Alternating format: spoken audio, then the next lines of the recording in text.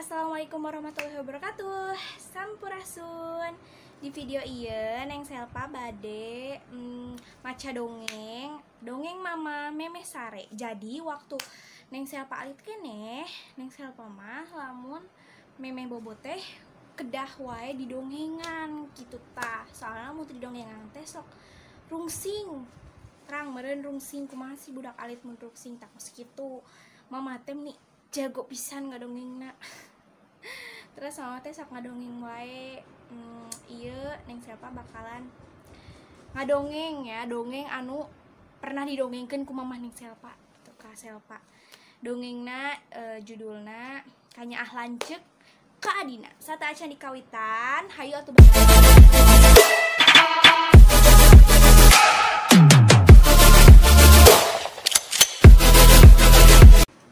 harita lanceukna keur diuk di Bang Barung di hareupeun imahna bari nying hareupan cikopi nu ngembul keneh. Tuluy torojol adina di jero imah. Akang, ujang rek ulinya, cek adina. Tuluy lanceukna ngajawab, heueuh Njung.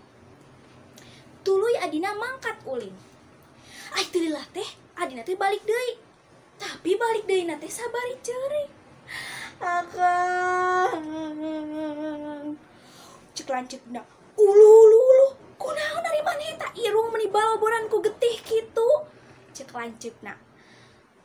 Tuluy adina nyarita, tadi uing dibandring si Udin. Si Udin?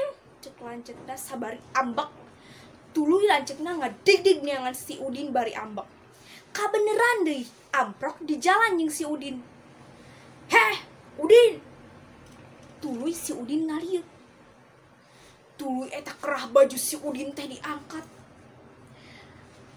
Kunaon maneh ngabandring irung adi urang?